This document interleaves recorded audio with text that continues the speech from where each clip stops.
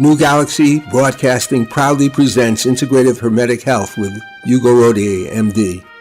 In this program, we explore a powerful new paradigm for health from the standpoint of integrative medicine. In his practice, Dr. Rodier integrates the ancient Hermetic art and the enduring role of food as medicine with modern nutrition, but also allowing for the wide range of important health practices, including truly valuable medical discoveries, chiropractic, acupuncture, homeopathic, and herbal medicine.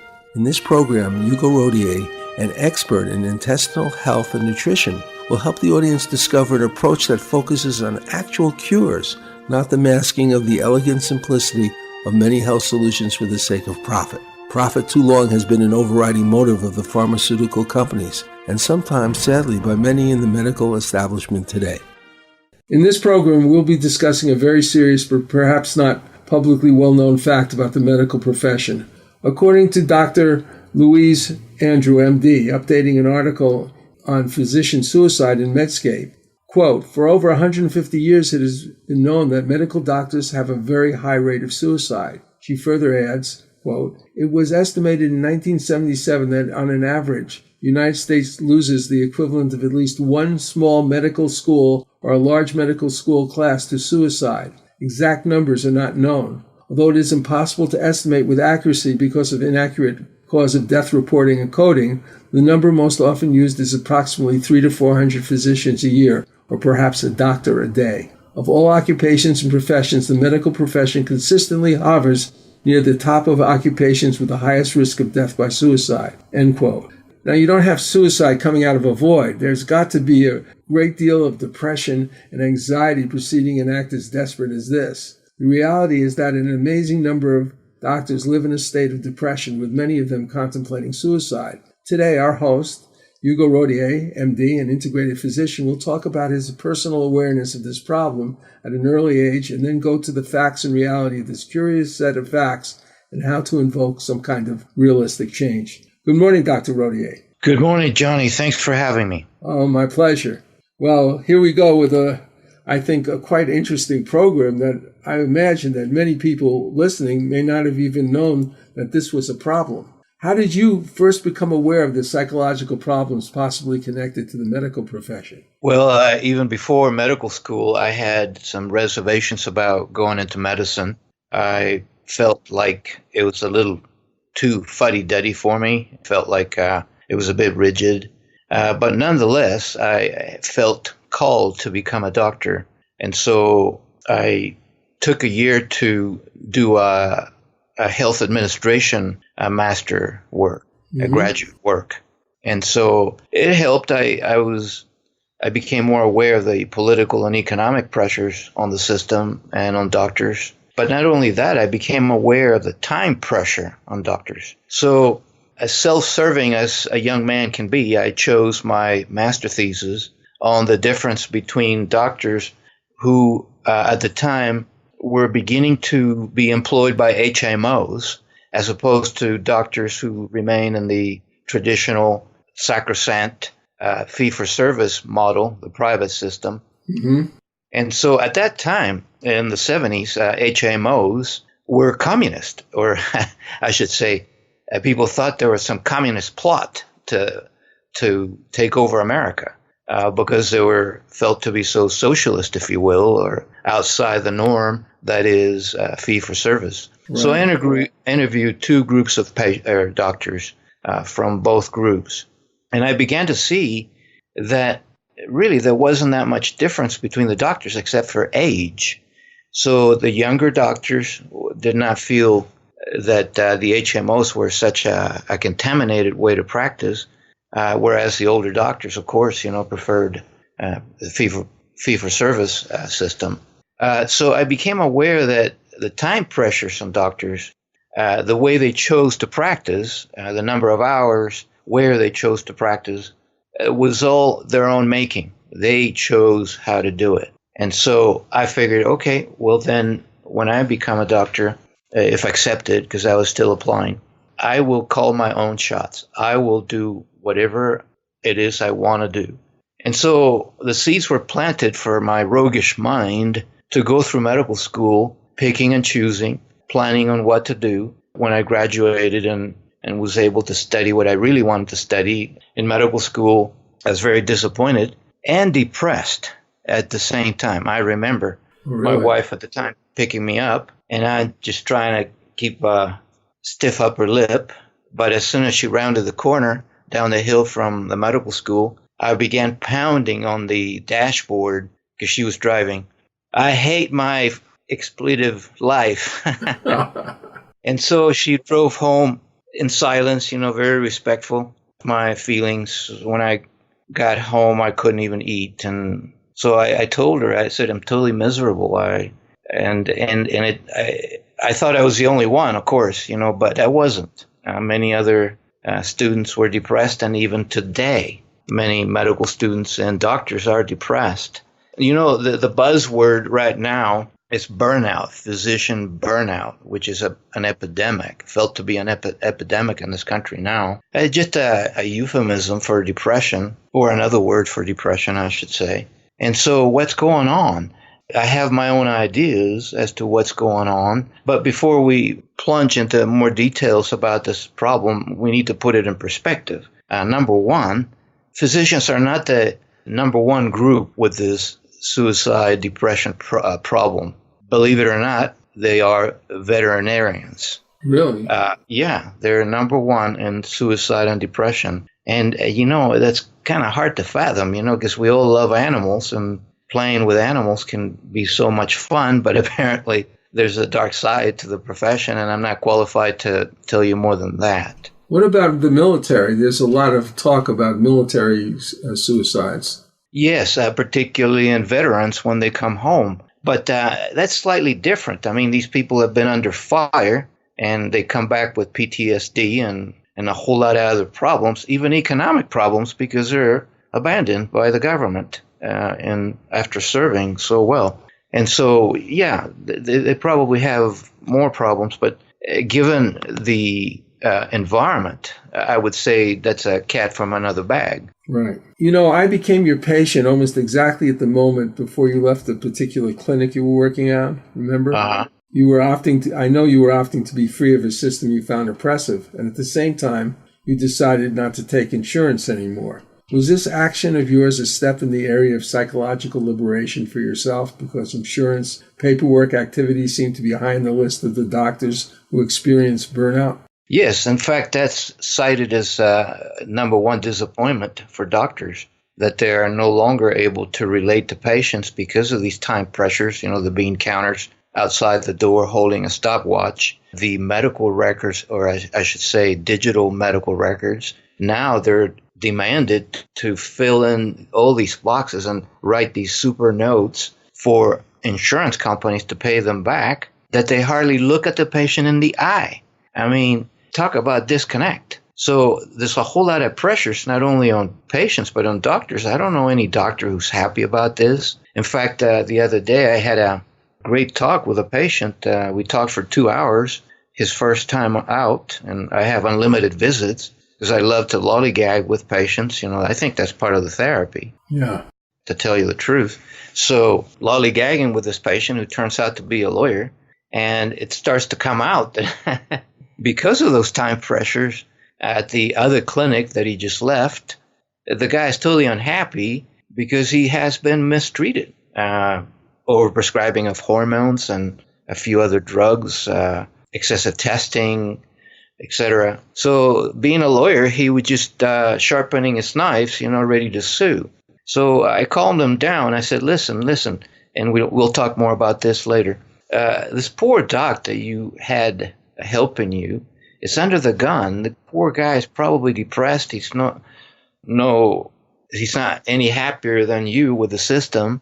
He's just forced to do that. And so I calmed him down, and I went home and I took a nap. So, yeah, the clinic I was in, I joined 20 years ago after IHC let me go for lollygagging with patients, And IHC is a big conglomerate here in Salt Lake City. Right. And so I joined this other clinic of nurse practitioners, and being that they were wet behind the ears, they took my direction as to how to practice integratively, spend time with patients and all that. But gradually, since they were the clinic owners, they began to roll over insurance companies by the pressure of insurance companies, and they began to act much like any regular clinic, over-prescribing, over-testing, and so it was time to quit. Yeah. Now, I'm all by myself. I answer the phone. I have no staff. I lollygag with patients. I still get some paperwork because of laboratory and medical records requests, which are very upsetting because they come from very compulsive, micromanaging people and codes and this and that. So I can't quite leave the system in the United States, but I did as much as I could, and I'm very happy I did. And my income now is a fourth of what a regular doctor makes. But at 65, how much money do you need when you have everything paid for? So I'm fine. So I go home, take a nap, and go back and lollygag with my patient. Yeah, well, it's definitely a more comforting experience than I've had with other doctors recently. I remember back when I was a kid, it was different. I remember the, pediatrician that we used. He was really affable, It was like a more relaxed type of thing. Now it's more like an assembly line. Well, back then, that pediatrician of yours owned his clinic. He paid his staff. He was free to do whatever he wanted. And then in the chart, he'd write chicken scratch, ear infection, amoxicillin, and poof, that's it. All right? Yeah. That was enough for that good doc to know what the visit was about. He didn't need to spill every little single detail and et cetera, for the insurance company and the lawyers and everybody else. So you see, truly, docs have a bit of a responsibility in this. Not too much. We'll talk about that. In that they abdicated their control to the bean counters. So whoever signs the check calls the shots. Yeah. And so that good doc is well gone, except in Sandy, Utah, where I practice. Well, this is very, very interesting, but we need to take a break now for a few minutes, and we'll be right back. We'll now have a few messages followed by a song I wrote as lyricist with composer Edgar Ahrens. I think it is appropriately titled for a program dealing with the machinations and stresses put on physicians by avaricious pharmaceutical and insurance companies and the political corporate lobbies which support them. It's called Desperate Games and performed by our colleague, the amazing Patricia Welch. This is Johnny Bluestar, CEO of New Galaxy Enterprises, a media content development company. The original productions by Amazon, Hulu, and Netflix in particular has opened up a new and powerful form of television that has both global income and still unexplored profit potential as convergence between offline and online media continues to blossom. We can help persons needing creative help to turn their ideas for television pilots into actionable, marketable scripts. There's probably nothing more exciting in the field of entertainment than these new vistas online, as that capacity crosses more and more to the big screen, and the opportunities for instantaneous online projections of any type of media in that perennially popular venue. To learn more about New Galaxy, see samples of our work, or talk to us about your project, please go to www.newgalaxyenterprises.com and fill out the contact form.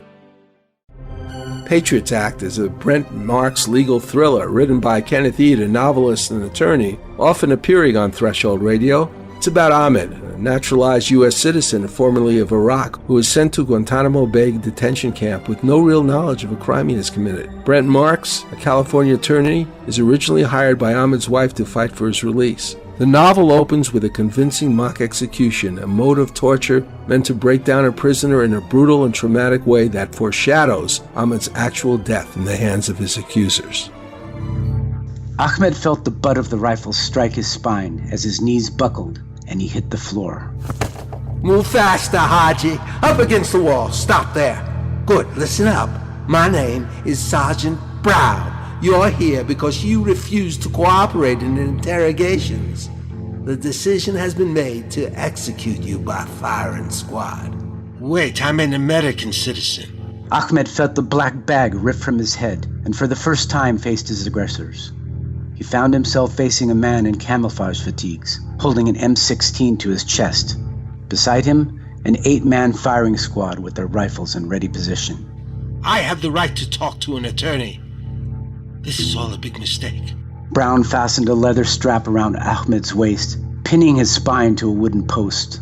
Yeah, a big mistake. You should have cooperated when we asked you about your superiors in Al-Qaeda. I don't know anyone in Al-Qaeda. Do you have any last statement, Haji? But I repeat, do you have any last statement? I'm not a terrorist. I'm an American citizen. I've a right to a lawyer and a trial. You've denied me these rights. You will answer to God for your crimes. I think you can see who has all the rights here. Ready? Aim! The 8 pointed their rifles at Ahmed. Shivering uncontrollably, Ahmed's knees gave way, and he hung on the post like a man crucified. Fire! The deafening explosion of the 8 rifles was the last thing Ahmed heard. He felt the bullets hit his flesh, and his body crumpled forward, hanging lifelessly from the post like a scarecrow.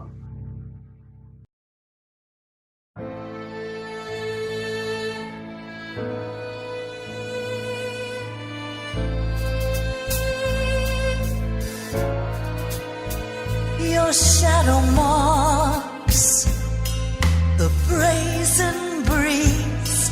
I sense you're near and slowly freeze, tempted by your lips and your touch. The cup of you is way too much.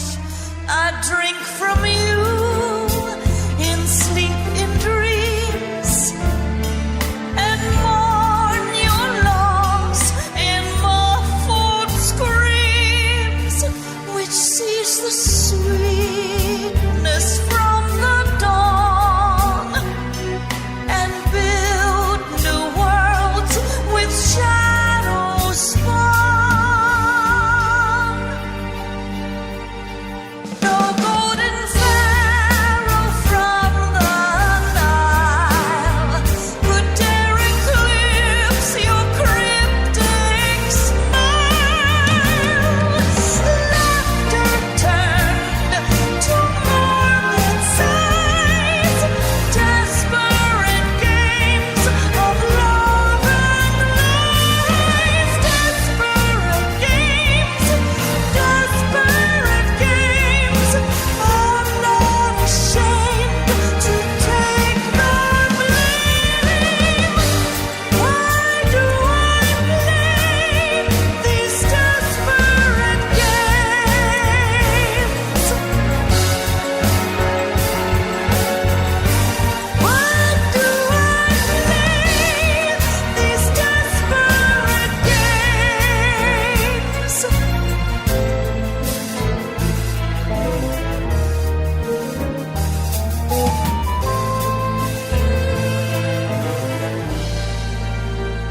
I loathe each moment you are gone. Each minute makes me more your pawn, encased in time's gray painful shroud. The aftershocks of loss shriek loud.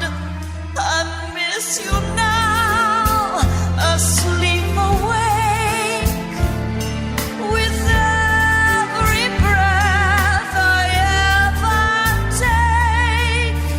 You've tied me with a velvet sash. My heart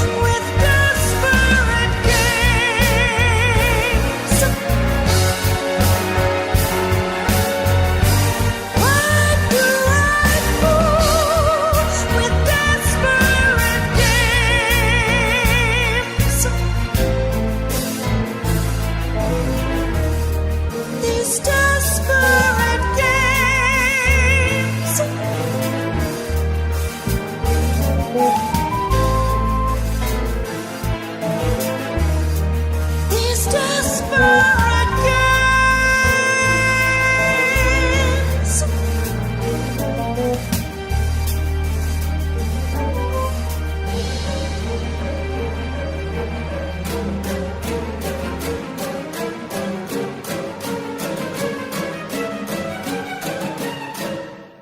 This is Johnny Bluestar. I'm back with Dr. Hugo Rodier on the Integrative Hermetic Health Show, and we are discussing a very interesting but sad topic, which is the causes and the reality of physician depression and suicide. You know, one of the things I was curious about in our last conversation is the fact that you have physician burnout, and then you have depression. What is the difference, actually? When does burnout become depression? Could you kind of describe that? Yes, this is much like PTSD. I'm glad that you brought that up as far as the military goes. It turns out that PTSD is a whole lot more common in the grunts. The soldiers that are shaking in their boots, waiting for the captain or the lieutenant, even the sergeant to tell them what to do, when to hightail or move or protect themselves. So officers in control have much less PTSD. It's the grunts that don't know what's next, what's coming next, that have most of the PTSD. So what I'm leading at is the issue of control. And so when docs are losing control, they cannot relate to patients as they would like, et cetera, as discussed. They begin to burn out. And if that control is unrelenting, the next step is depression. Well, what is the difference? What is the difference between the burnout phenomena or symptoms and depression? Well, depression is a diagnosis when you have a cluster of symptoms, so it's a medical diagnosis. Burnout is more of a social term that is one of the factors that leads to depression. So I don't think they're equal. You can be burnt out and not depressed, because a whole lot of people, when they're burned out, they're just angry. All right, or they cope by not showing up or calling in sick or whatever. But when you persist in that situation, you don't take steps to alleviate the burnout and you lose total control, then you're likely to become depressed. I see. Okay. And could you talk about some of the symptoms of depression? Well, sure. We have them all codified and doctors will look for it. But, it's nothing that the regular person cannot spot in their loved ones. So it's feelings of fatigue, lack of sleep, anxiety, blue feelings, even feelings of wanting to hurt oneself, hopelessness.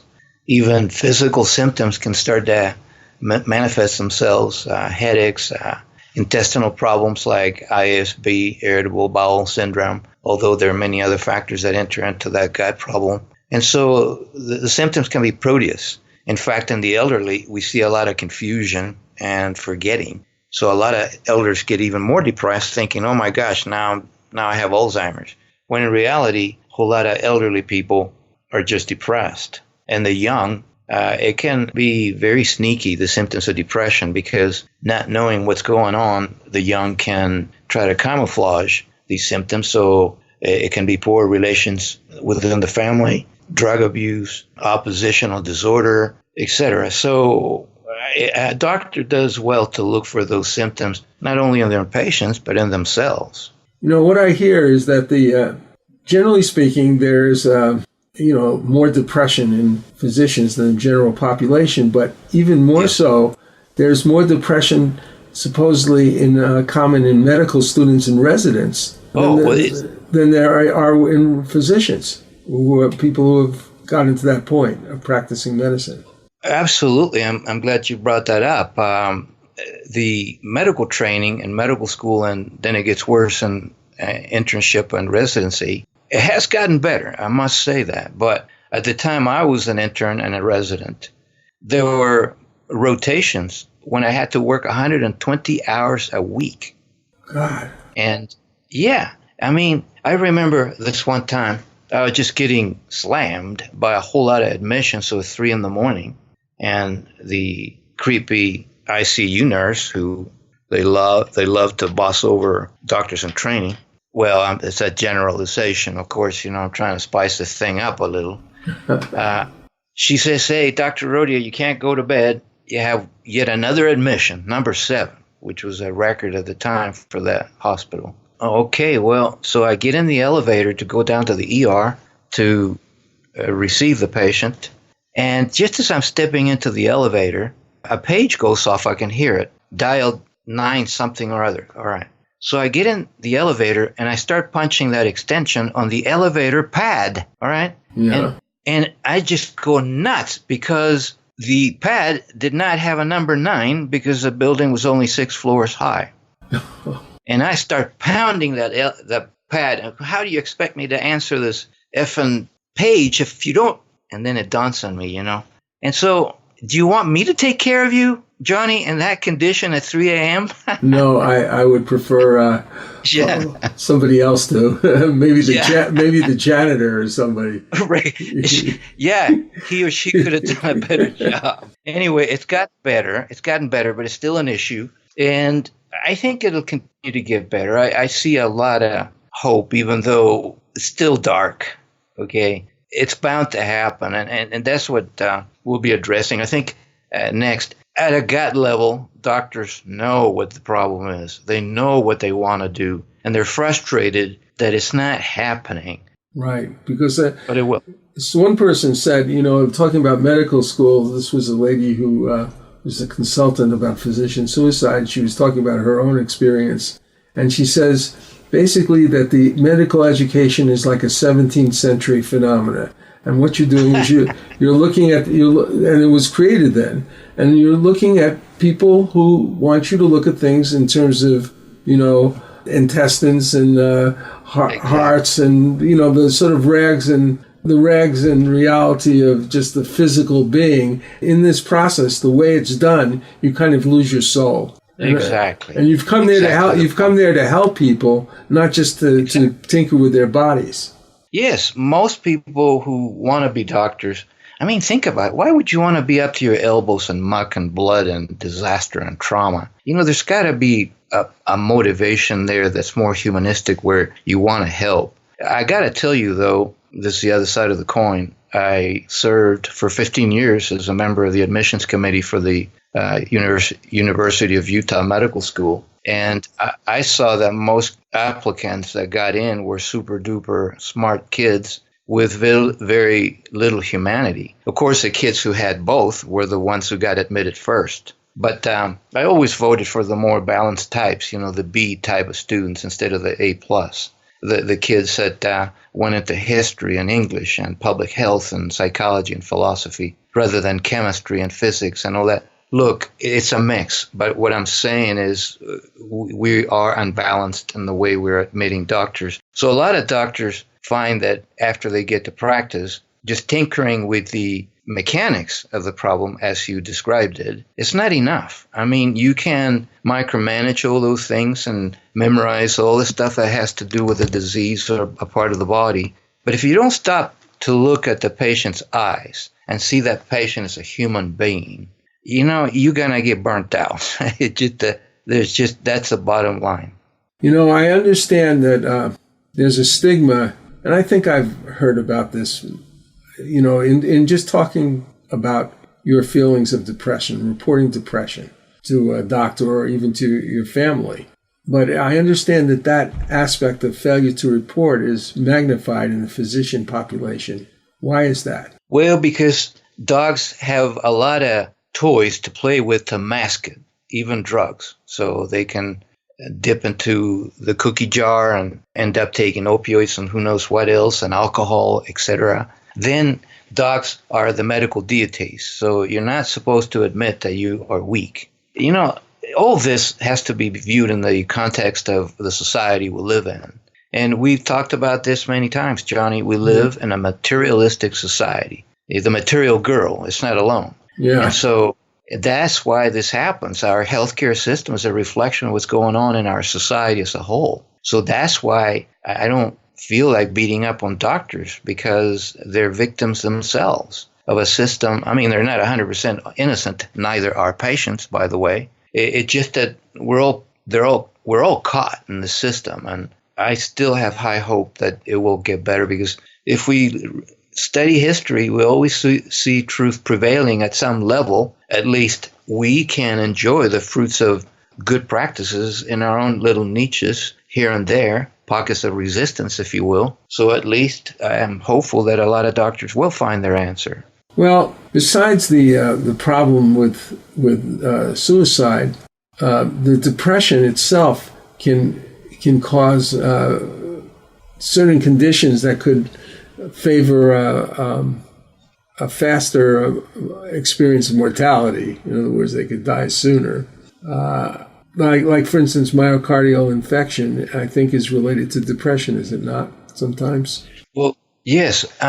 Everything is related to depression. So the mind-body connection is huge, and we've talked about that. So whenever you find chronic health problems, arthritis, diabetes, heart attacks, etc., yes, there's always an element of depression or feelings, stress, etc. So it's hard to divide the mind and the body. So yes, you do see more depression in cardiac patients, and more depressed patients have more cardiac problems. And you have more immune suppression that would affect exactly. a lot of people. Yes, exactly. Including cancer. Absolutely, because depression, anxiety, stress will engage the adrenal glands a whole lot more. We call it the HPA axis. And so when the adrenals are frothing, if you will, if they don't get a chance to rest, they put out 32 hormones, some of which depress the immune system. And that's why we use glucocorticoids, cortisone, prednisone, those type of drugs to suppress the immune system. Often we don't know what else to do with an overwrought immune system, so docs will prescribe adrenal-like hormones to depress the immune system. So do the math.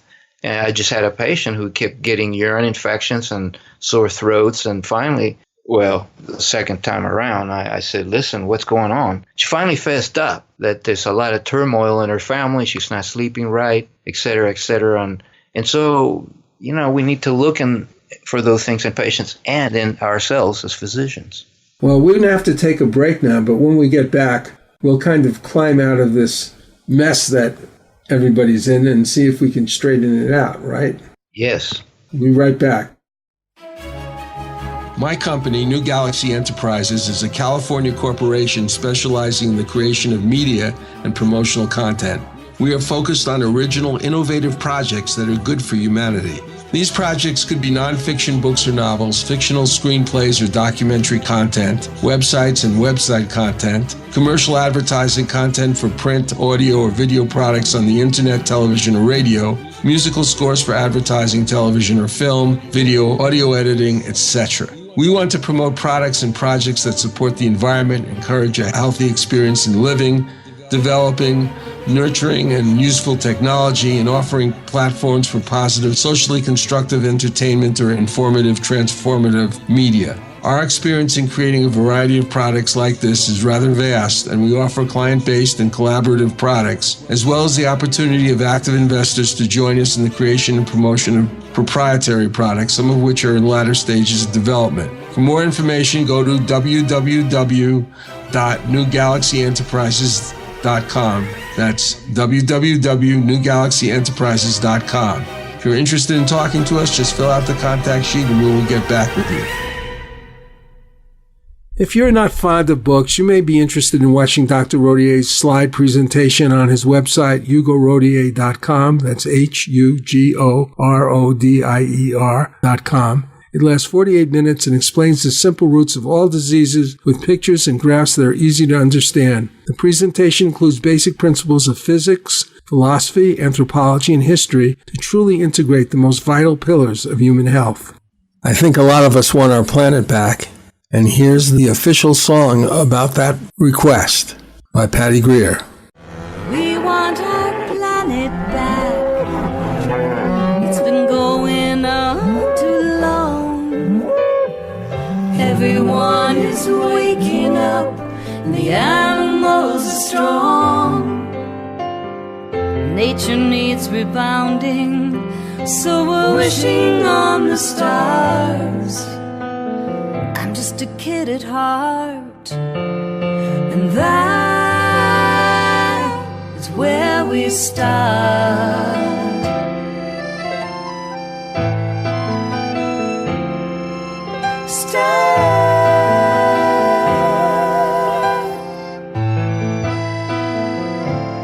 Who's in charge here? Who's in charge here? Let's do it differently. It's sickening all the people, and it's killing all the trees. It's falling in our eyes, and it's getting harder to see the beauty that is our world, and the freedom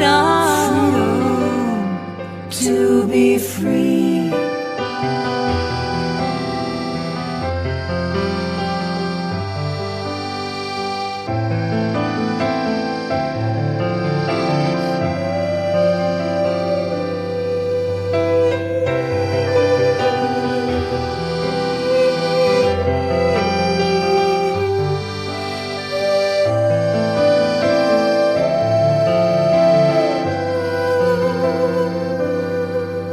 It's landing in the water.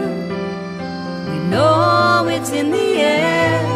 It's time for you and me to show we care.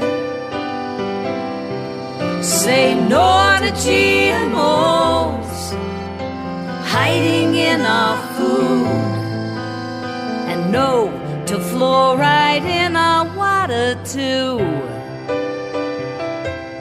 Who's in charge here? Who's in charge here? Let's save this family and do what's right for Earth and you and me. Step into the new way, where we live in harmony. No more war, no more fracking. We are free. Charge here? Who's in charge? Let's do it differently. Sickening all the people, and it's killing all the trees. It's falling in our eyes, and it's getting harder to see the beauty that is our world, and the freedom to be free.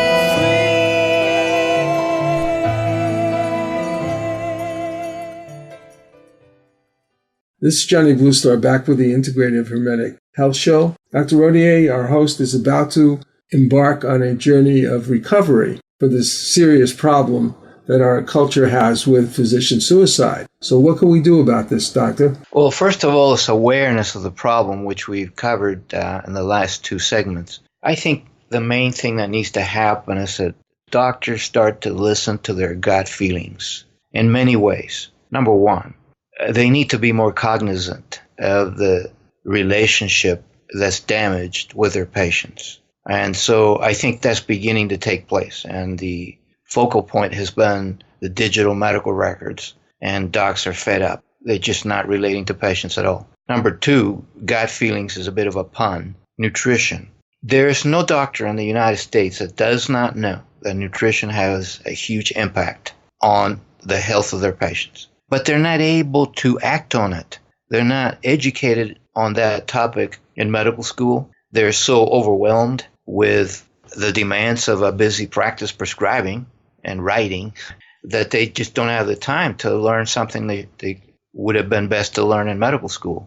So I think that the system needs to be changed, and doctors can play a hand in it, in that they must have more education in nutrition and how that impacts the microbiome, the bacteria in the gut, and how that is a root of all diseases. I mean, I've been preaching this for 3 decades, and there's not one new patient that doesn't come in my clinic and tells me, Doc, all doctors are now talking about the microbiome and how important nutrition is, but they tell me to go see a nutritionist to fix the problem, or they prescribe me an antibiotic. And so I heard that you have been working on this for quite a while. And so that's how most of new patients come in. And so I think at a gut feeling, again, docs understand that this must be tackled, and it cannot be so done unless they have the time to inspire patients to change their diets. Punting to a nutritionist is not getting it done. So I think that's a fundamental issue. Take, for instance, this blog I wrote a couple of weeks ago, and they can be found in my website, hugorodier.com, Nutritionally Deficient Doctors. It turns out that docs often make pronouncements about nutrition. They don't know what they're talking about. Like this poor guy, doc, saying that supplementation of vitamins and minerals and other nutrients is totally worthless. Really? I mean, you might find articles that back up that claim. Yeah, they're there. But you follow the money. They're written by the pharmaceuticals or people who are taking money from the status quo, people who control the status quo. But for every one of those articles, I can show you 1,000 saying that, yeah, supplementation should be done for many reasons. 1, our soils are depleted. 2, pesticides, food additives, all those chemicals interfere with nutrients.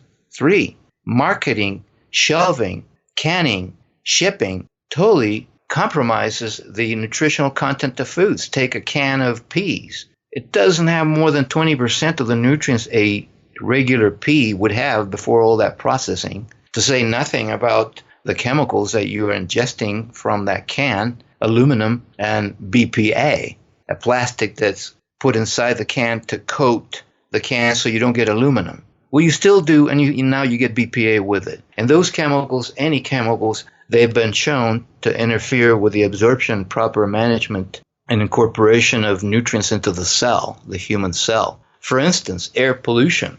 That's the best example. It robs you of a whole lot of nutrients, mainly vitamin C and vitamin E.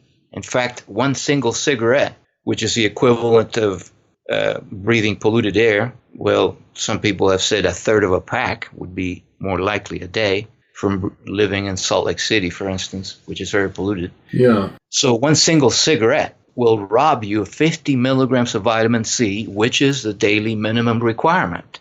And then these poor doctors are telling people, look, just a balanced diet will do. Really? How many people in the United States eat a balanced diet? I mean, a handful? Yeah, it's like Lot looking for good people in Sodom and Gomorrah, finding people that really eats real well. So my point is, docs should look into mind-body training relating to patients, give up the digital medical records and get more time with patients to lollygag and talk about nutrition, and then read more.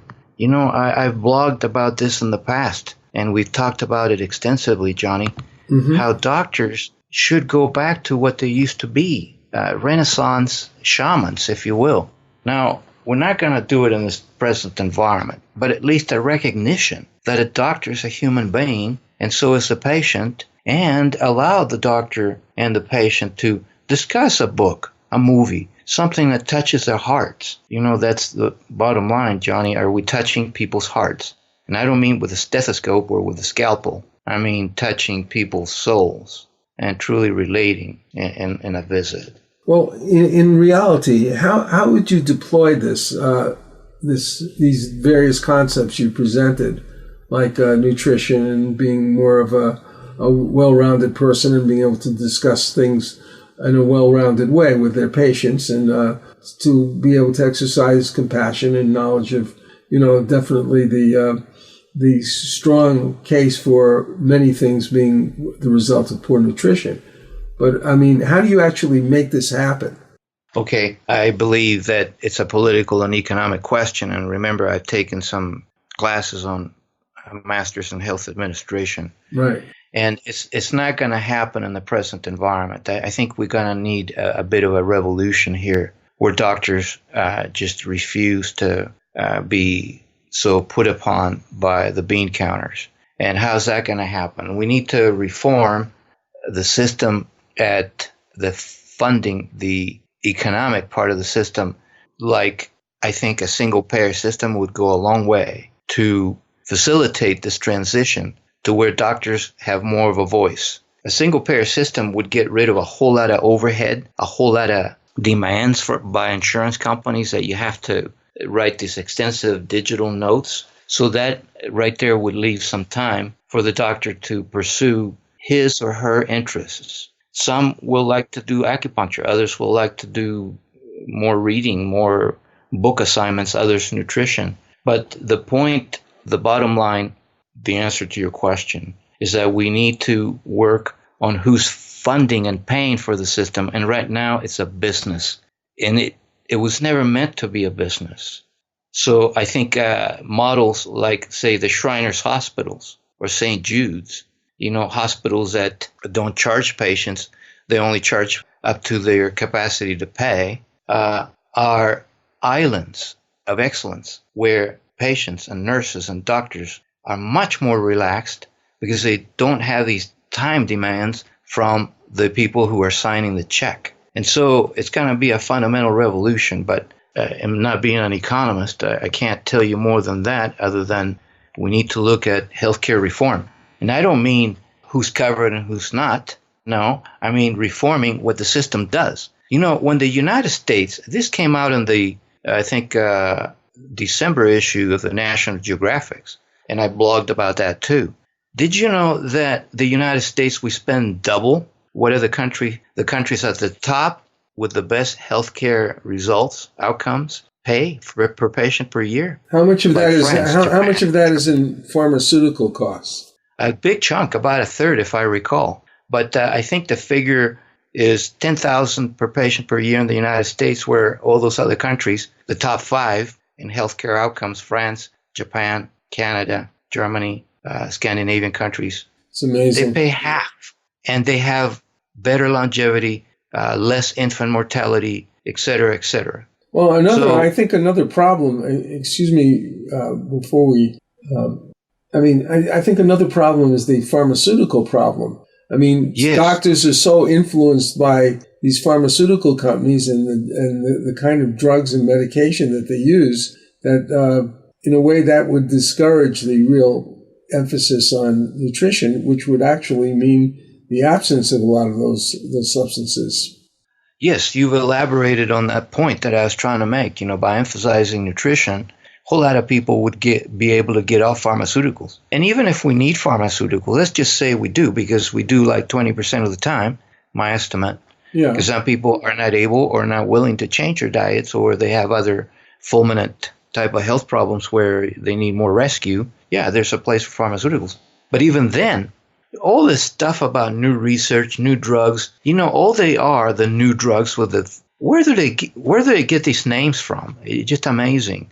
I can't keep up with all the names of these new pharmaceuticals, which happen to be Me Too drugs, meaning they're no different, not much and not significantly, from the old generics that have been tried for decades that tend to have less side effects because they have been vetted through time. Whereas these new fandangled drugs, which tend to be 10 times more expensive, about a third of them are withdrawn from the market after they're truly tried in the real world for a few months. So, yeah, you're right. I think the pharmaceuticals are a big part of the problem.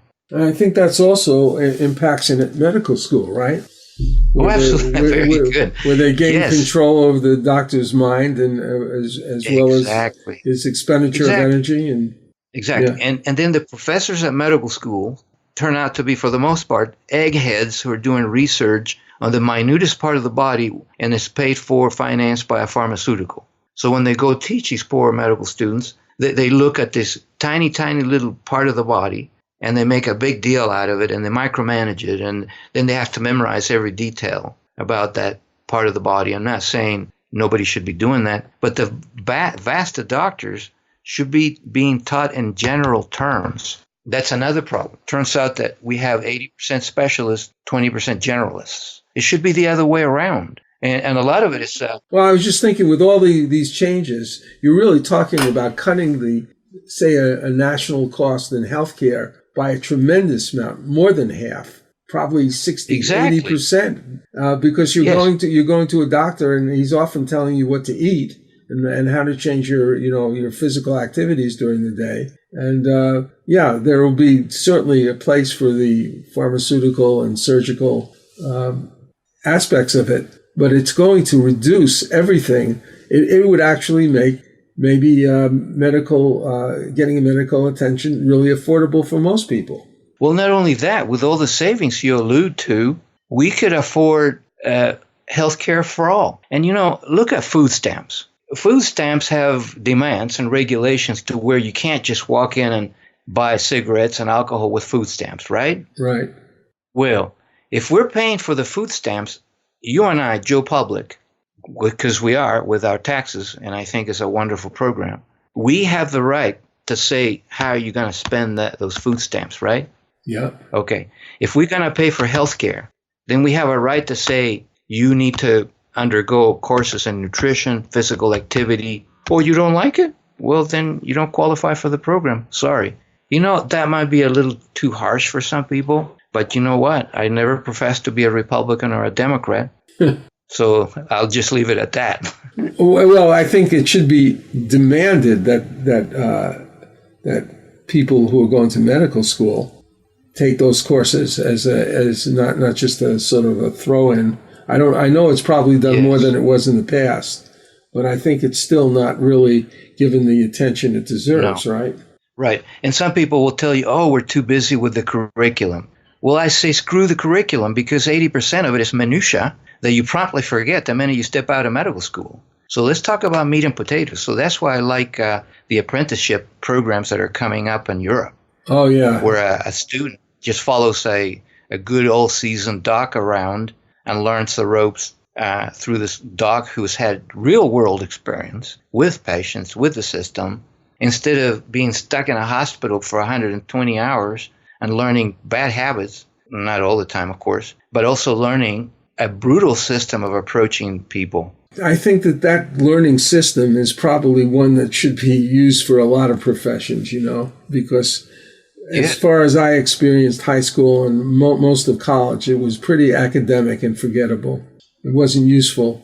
And I spent a lot of years in college learning different things, but ultimately I took a communications degree, and that was where you could actually learn broadcasting and journalism and advertising and all that. And you actually did things, and I actually could move them into what I was doing later on. Whereas the other things I studied it was very academic in high school too. It just, they just don't really care about the results, the real learning, I mean. Right. Let me quote from Osler, William Osler, a Canadian thought to be the father of modern medicine. Nothing will sustain you more potently than the power to recognize in your humdrum routine, as perhaps it may be thought, the true poetry of life, the poetry of the commonplace, of the ordinary man, of the plain toil woman, with their loves and joys, their sorrows and their grief. The practice of medicine is an art, not a trade, a calling, not a business, a calling in which your heart will be exercised equally with your head, quote unquote. Very nice. Well, thank you for letting us know about this really serious problem. And I think the last part of our show was a little bit more optimistic. Maybe there's something we can do about it. So, hope springs eternal. So suppose somebody wanted to have a phone consultation with you. How would they go about that? Just log on to my website, HugoRodier.com. Phone numbers, blogs, newsletters, health classes are there. Well, we'll see you next week, Doctor. Thank you very much. Thank you, Johnny. Take care. For more information about Dr. Rodier's practice, books, blogs, and newsletters, contact Hugo Rodier, MD, at www.hugorodier.com. That's HUGORODIER.com. Now it's time to say goodbye. And here's a beautiful ballad by Zave Music called Believe. Stay strong and keep loving our hearts. And we mustn't forsake, forget who we are, as a future and past are written in the stars. Every day of our life we should pray to the sky. We are one, we are love, you and I. Believe.